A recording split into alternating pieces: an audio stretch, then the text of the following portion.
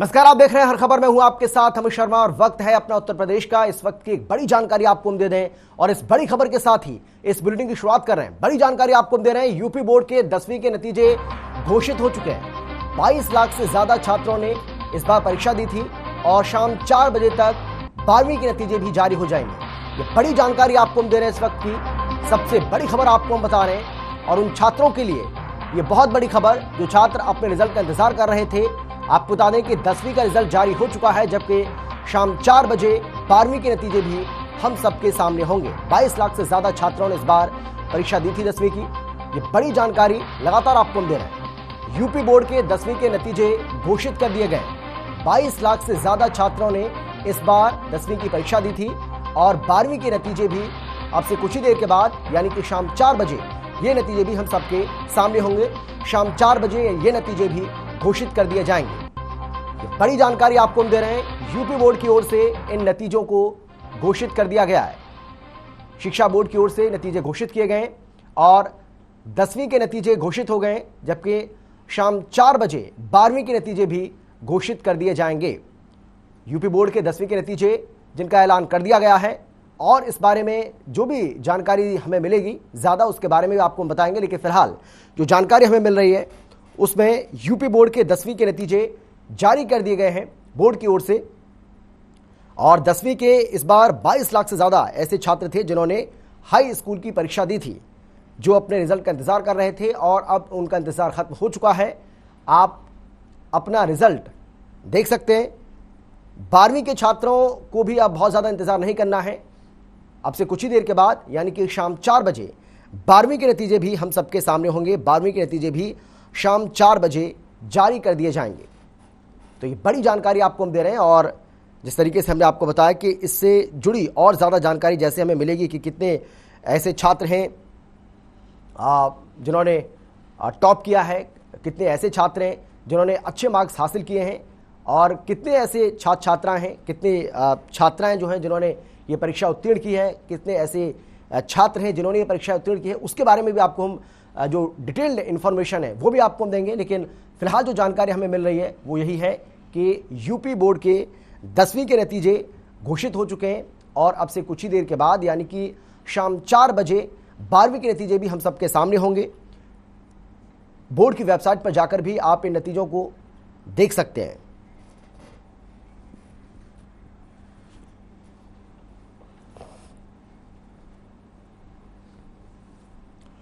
और चलिए खबरों में आगे बढ़ते हैं, रुक करेंगे अब अगली खबर का। विश्व हिंदू परिषद और बजरंग दल के सदस्यों ने नोएडा के सेक्टर 12 में बच्चों को पढ़ाई के नाम पर बुलाकर धर्म परिवर्तन कराने का आरोप लगाया।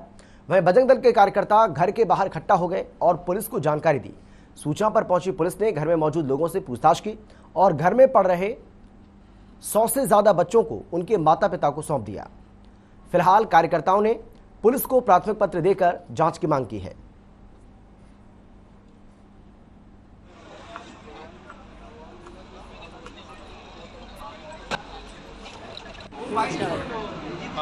पता कैसे चला कि हंगामा हो गया तो फोन कर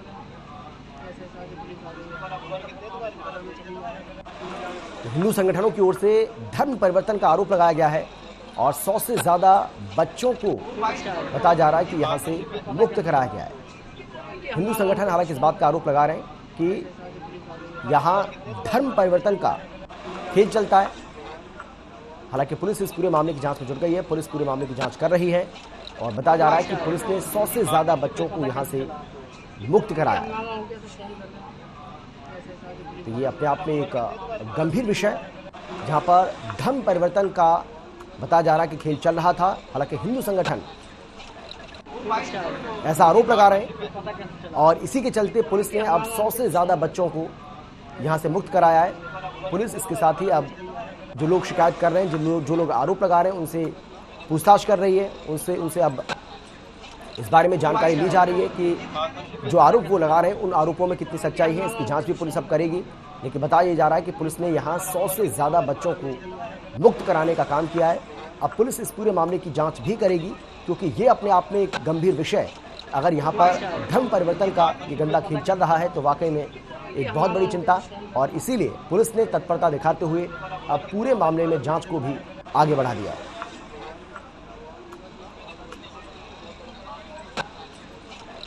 और हमारे संवाददाता कंचन भारद्वाज हमारे साथ जुड़ गए ज्यादा जानकारी के साथ। कंचन, हिंदू संगठनों की ओर से एक गंभीर आरोप लगाया गया है, पुलिस पूरे मामले की जांच कर रही है, आखिर क्या है ये पूरा मामला?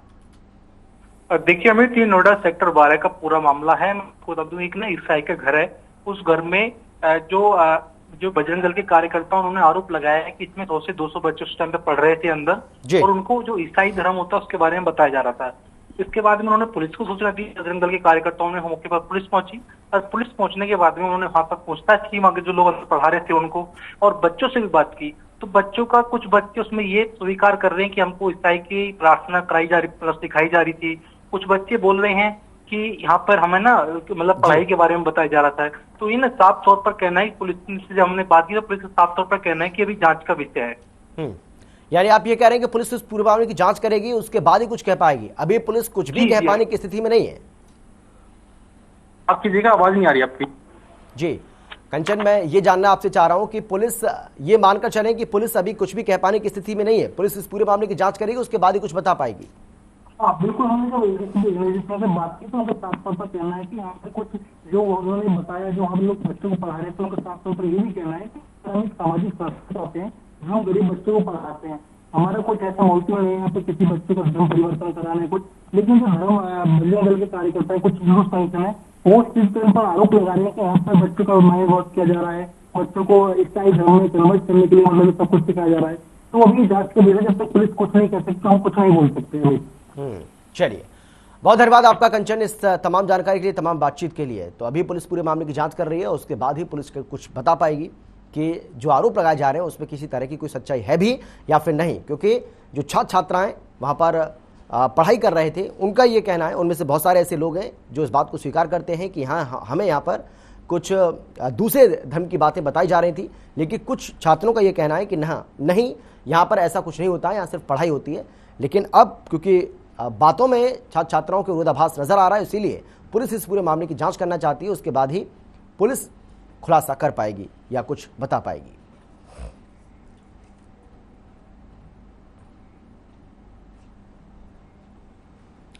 और अब बात करेंगे हमीरपुर की, जहां से दिल दहला देने वाला एक मामला सामने आया है। घटना मोदहा थाना क्षेत्र के अरतारा गांव की है, जहां बीमारी से तंग आकर एक होमगार्ड कर्मी ने कुएं में रस्सी से फांसी लगाकर खुदकुशी कर ली। वहीं ग्रामीणों की सूचना के चलते मौके पर पुलिस पहुंची और पुलिस ने शव को बरामद कर पोस्टमार्टम के लिए भेज दिया है। साथ ही मामला दर्ज कर पुलिस आगे की कार्रवाई में भी जुट गई है।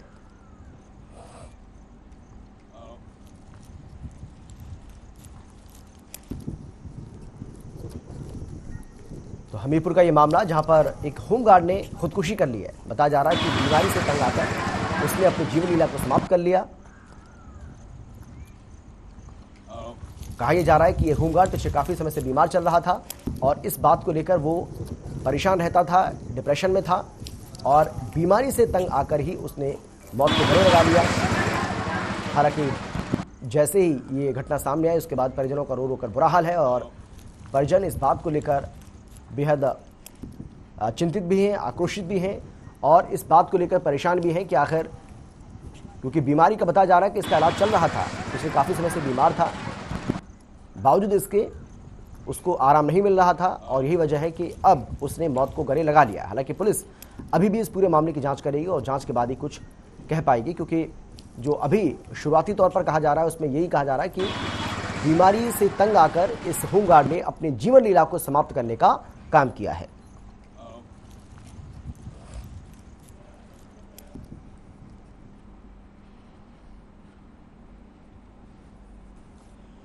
बाराबंकी में आरटीओ प्रवर्तन सिपाही का घूस लेते वीडियो वायरल हो गया। बाराबंकी से अयोध्या की ओर जा रहे पिकअप वाहन से अवैध वसूली में आरटीओ के एक प्रवर्तन सिपाही का वीडियो वायरल हुआ है।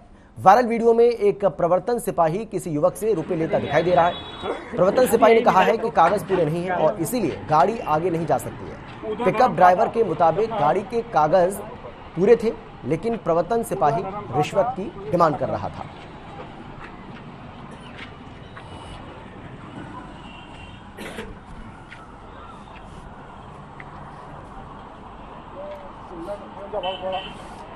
तो पिकअप से अवैध वसूली का ये वीडियो काफी वायरल हो रहा है। बताया जा रहा है कि आरटीओ प्रवर्तन सिपाही जो यहाँ पर रिश्वत ले रहा था। यहाँ मौजूद किसी शख्स ने इसका वीडियो बना लिया, जिसको सोशल मीडिया पर डाल दिया, जिसके बाद अब ये वीडियो लगातार वायरल हो रहा है। तो किस तरीके से रिश्वतखोरी का जो खेल है वो अभी भी जारी है, ये अपने आप में एक बड़ी चिंता का विषय। किस तरीके से यहाँ पर आप देख सकते हैं तस्वीरें कि एक पिकअप ड्राइवर से किस तरीके से अवैध वसूली यहाँ की जा रही है।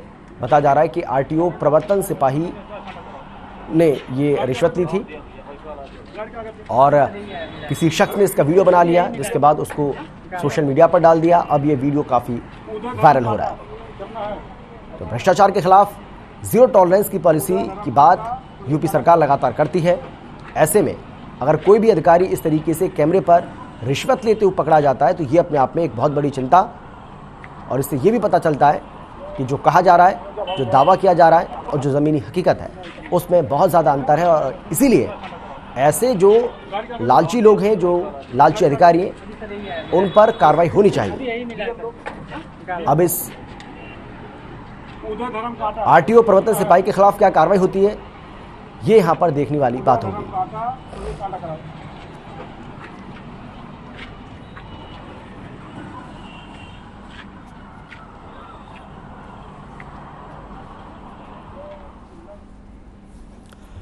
जालौन में राजमिस्त्री ठेकेदारों की कार्यशाला का आयोजन किया गया, जिसमें आए विशेषज्ञों ने ठेकेदारों को भवन निर्माण संबंधी तकनीकी जानकारियां दी। और इस कार्यशाला में माई सेम के विशेषज्ञ और दर्जनों ठेकेदार शामिल हुए, जिसमें भवन निर्माण में प्रयोग होने वाली उच्च क्वालिटी की सामग्री की जानकारी दी गई। इस मौके पर माई सेम के बुंदेलखंड प्रभारी विनय श्रीवास्तव ने कहा कि सभी ठेकेदार भवन निर्माण में उच्च क्वालिटी की सीमेंट का प्रयोग करें, जिससे कि भवन को मजबूती मिल सके।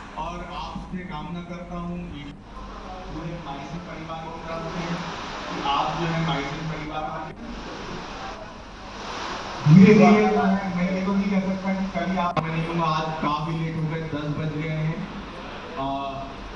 तो ठेकेदारों की कार्यशाला का आयोजन किया गया है। जालौन की तस्वीरें आप देख पा रहे हैं। माईसेम के विशेषज्ञ इसमें शामिल हुए और विशेषज्ञों ने यहाँ पर तकनीकी जानकारियाँ यहाँ मौजूद लोगों के साथ साझा की है। ठेकेदारों की कार्यशाला का ये आयोजन, जिसकी तस्वीरें आप देख पा रहे हैं, जिसमें हमने आपको बताया कि माईसेम के विशेषज्ञ इसमें शामिल हुए और विशेषज्ञों ने तकनीकी जानकारियां यहाँ मौजूद लोगों को दी हैं। इसके अलावा और भी कई तरह की जानकारियां लोगों के साथ साझा की गई, उनको दी गई।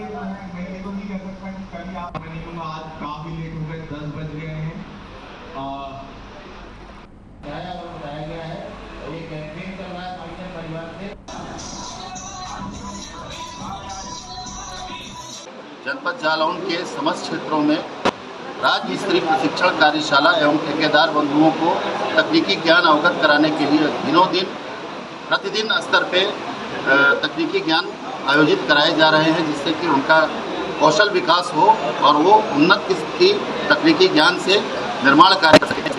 बताया गया है और ये कैंपेन चल रहा है माईसेम परिवार।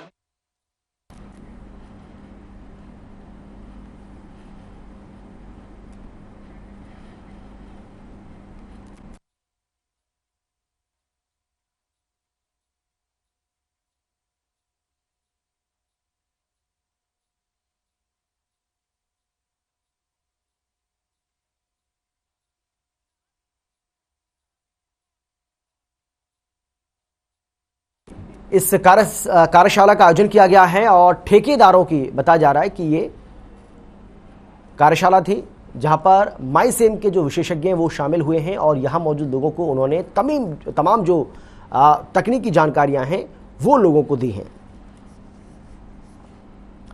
राजधानी के बंथरा इलाके में घटना भीषण सड़क हादसा होने से अफरा तफरी का माहौल बन गया। बताया जा रहा है कि पिकअप, मैजिक और टैंकर के बीच में इतनी जबरदस्त टक्कर हुई है कि हादसे में मौके पर ही 6 लोगों की मौत हो गई। वहीं कई लोग गंभीर रूप से घायल भी हो गए। फिलहाल घायलों को अस्पताल में भर्ती कराया गया है, जहां पर उनका इलाज चल रहा है।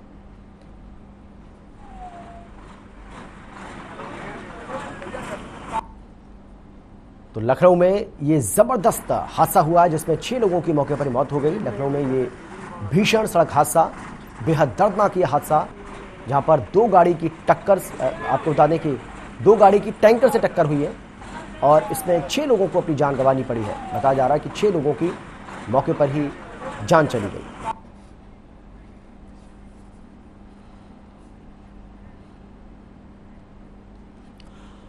और चलिए इस बीच एक बड़ी जानकारी आपको हम दे दें। इस वक्त की बड़ी खबर आपको बता रहे हैं, लखनऊ से ये सनसनीखेज मामला सामने आया है, जहां पर फूल मंडी के पास से नाले में शव मिला है। पुलिस ने शव को बाहर निकाल लिया नाले से।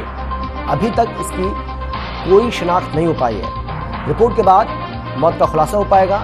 थाना चौक क्षेत्र का ये मामला बताया जा रहा है। ये बड़ी जानकारी आपको हम दे रहे हैं इस वक्त की, जो कि लखनऊ से आ रही है, जहां पर एक सनसनीखेज मामला सामने आया है। आपको जाने कि फूल मंडी के पास नाले में एक शव मिला है। पुलिस ने इस शव को बाहर निकाल लिया नाले से।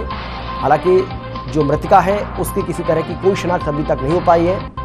अब जो पोस्टमार्टम रिपोर्ट आएगी उसके बाद ही कुछ खुलासा हो पाएगा, कुछ पता चल पाएगा। फूल मंडी के पास नाले में शव मिलने से सनसनी फैल गई है। हालांकि पुलिस ने शव को नाले से बाहर निकाल लिया है। और जिस तरीके से हम आपको बता रहे हैं कि अभी तक इस मृतिका की, इस शव की किसी तरह की कोई शिनाख्त नहीं हो पाई है। पुलिस पूरे मामले की जांच में जुटी हुई है और पुलिस ये जानने की कोशिश कर रही है कि आखिर ये मामला क्या है और क्या इसकी हत्या की गई है, क्या इसने आत्महत्या की है। ये जांच का विषय है और पुलिस यही वजह है कि इस पूरे मामले की जांच कर रही है। जांच के बाद ही कुछ कह पाएगी पुलिस, कुछ पता चल पाएगा। लेकिन बताया जा रहा है कि फूल मंडी के पास जो नाला है उसमें ये शव मिला है।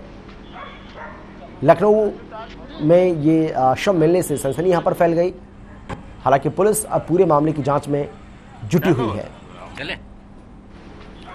पुलिस के लिए जो सबसे बड़ी चुनौती है वो यही है कि इस शव की शिनाख्त की जाए और शव की शिनाख्त होगी उसके बाद ही पुलिस इस पूरे मामले का खुलासा कर पाएगी कि आखिर इस अगर पूरे घटनाक्रम की बात करें तो इसकी वजह क्या रही। क्या जो शव बरामद हुआ है, क्या उसने आत्महत्या की थी या उसकी हत्या की गई है, उसकी हत्या कर शव को नाले में फेंक दिया गया। ये वो पहलू हैं जांच के जिन सभी को ध्यान में रखते हुए पुलिस अपनी जांच को आगे बढ़ाएगी और इस पूरे मामले की जांच करेगी।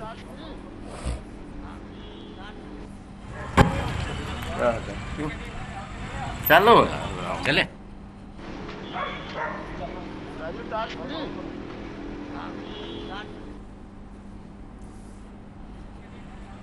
चलो चले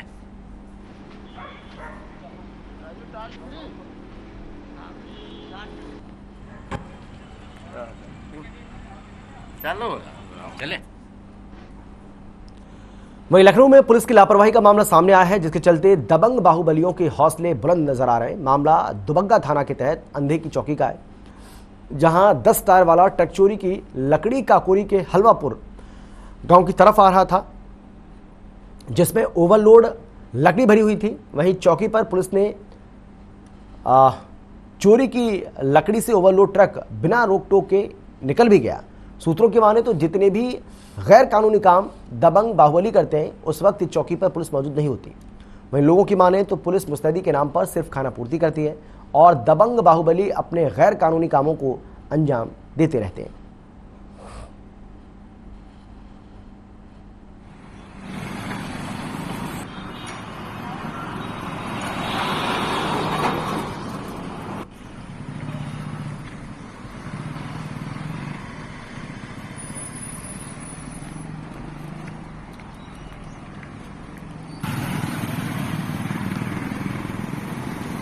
तो लखनऊ पुलिस की ये बड़ी लापरवाही यहाँ सामने आई है और किस तरीके से जो बाहुबली हैं, जो दबंग हैं, उनकी दबंगई देखने को मिल रही है। ये भी अपने आप में एक बड़ी बात है, क्योंकि बताया जा रहा है कि ये ओवरलोडेड जो ट्रक है वो बड़ी ही आसानी से यहाँ से निकल जाता है और पुलिस ना तो इस ट्रक को रोकने की गुस्ताखी करती है और ना ही इस ट्रक को रोककर ट्रक ड्राइवर से किसी तरह की कोई पूछताछ करती है।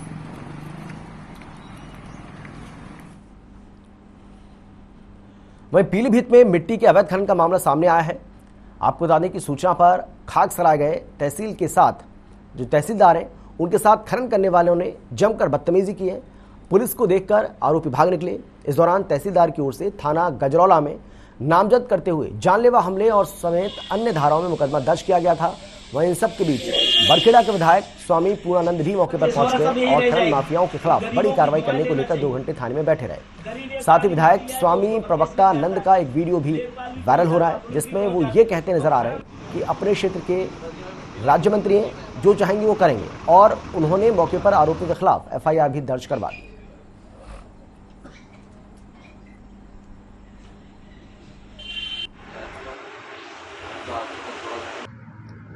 खाक गांव में जो है ये माननीय विधायक जी ने सूचना दी कि वहाँ पे अवैध खनन हो रहा है। उस पर तत्काल जो है तहसील की टीम भेजी गई और तहसील की टीम ने वहाँ जाके जांच किया तो देखा कि वहाँ जो स्वीकृत गाटाएँ थी वहाँ से न करके किसी अन्य गाटा से खनन कर रहे थे। उसमें कुछ ट्रैक्टर टाली उन्होंने भगा ले गए और जेसीबी भगा ले गई, लेकिन कुछ ट्रैक्टर टालियाँ पकड़ी गई हैं जो थाने में बंद करा दी गई हैं और 3 जो है मुलजिमों के खिलाफ जो है एफआईआर दर्ज कराई, तहसीलदार ने खुद कराई है। और उस क्षेत्र में जितने भी अवैध खनन हुए हैं उनका सर्वे करके उसकी रिपोर्ट जो है वो जिलाधिकारी महोदय को भेजने के लिए निर्देशित कर दिया गया है। हाँ, आज मैंने कई दिनों से मेरे संज्ञान में ऐसा था कि बड़े रूप में खनन किया जा रहा है। परमिशन 3 फीट की होती है और वहाँ 14-14 फीट गहरा खनन हो रहा है। मैं लोगों की बात सुनता रहा। आज मैं सराय सुंदरपुर आया, एक बच्चे नदी में डूब गए तो उसमें मैं लगा रहा, तो मैंने सोचा क्यों ना हम इसका भी मौके पर जाकर मुआयना करें। मैं वहाँ पर पहुँचा तो मैंने देखा, मेरे होश उड़ गए। वहाँ पर सैकड़ों बीघे ज़मीन में 20-20 फीट गहरे गड्ढे बना दिए गए हैं और जब उनसे परमिशन मांगी गई तो कोई उनके पास परमिशन नहीं थी। मैंने डीएम साहब को फ़ोन किया, एसडीएम साहब को फ़ोन किया, तहसीलदार साहब को बोला, एसएचओ गजरौला को बोला, मौके पर अधिकारियों को बुलाया। माननीय तहसीलदार साहब पहुँचे वहाँ पर मौके पर, पुलिस भी पहुँची पीछे से, लेकिन देर से पहुँची। उसके बाद मैंने कहा इनको सीज करना है तो मैं थोड़ा आगे बढ़ा, उन्होंने ट्रैक्टर और मशीन को लेके भागे वो। कासगंज जेल से एक खुशखबरी सामने आई है, जहां जेल में बंद महिला ने अस्पताल में बच्चे को जन्म दिया है। जानकारी के मुताबिक गर्भवती महिला 8 महीने से मर्डर केस में बंद थी और प्रेमी की हत्या के मामले में सजा भी काट रही थी। वहीं प्रसव पीड़ा होने के बाद महिला को जिला अस्पताल लाया गया। फिलहाल प्रसूता और नवजात दोनों ही अस्पताल में सुरक्षित हैं। बताया जा रहा है कि महिला और नवजात बच्चे को जेल भेजा जाएगा और दोनों को जिला कारागार मंत्री के आदेश के अनुसार सारी सुविधाएं मुहैया कराई जाएंगी।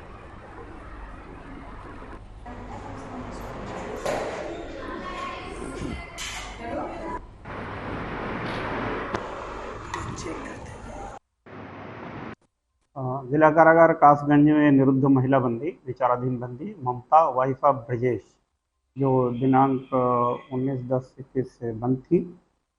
कल दिनांक 16 जून को प्रातः लगभग 8 साढ़े 8 बजे के आसपास उनको जिला अस्पताल में उन्होंने पुत्र रत्न को जन्म दिया है।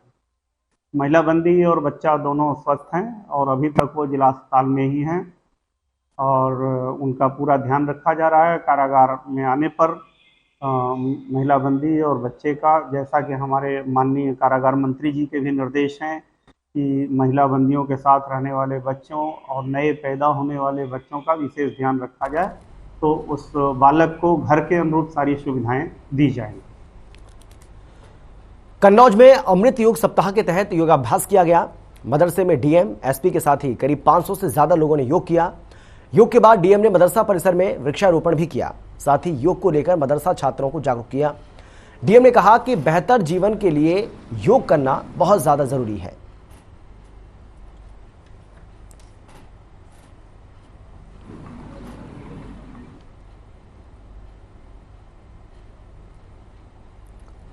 तो 21 जून को योगा डे है और योगा डे को बेहतर तरीके से मनाने के लिए अब तमाम जो तैयारियां हैं वो शुरू हो चुकी हैं। ये कन्नौज की तस्वीरें आपको हम दिखा रहे हैं, जहां पर डीएम और एसपी ने योग किया है। इसके साथ ही उनके साथ 500 से ज़्यादा लोग भी यहां मौजूद रहे और एक तरीके से योगा डे के लिए ये एक प्रैक्टिस यहां पर की गई है, क्योंकि 21 जून को न केवल देश में बल्कि पूरे विश्व में योग दिवस मनाया जाता है और भारत में इस योग दिवस को बड़े धूमधाम से मनाया जाता है। इसी तरह से उल्टे हाथ से इसकी तैयारियां अब यहां पर लगातार चल रही हैं। कन्नौज की तस्वीरें जहां पर डीएम और एसपी ने 500 से ज़्यादा लोगों के साथ योग किया है और योगा डे के दिन किस तरीके से और ज़्यादा संख्या में लोग यहां पर पहुंचे, अपने शरीर के प्रति और ज़्यादा वो सतर्क रहें, सावधान रहें, इसी का यहां पर एक संदेश कहीं ना कहीं देने की कोशिश की गई है।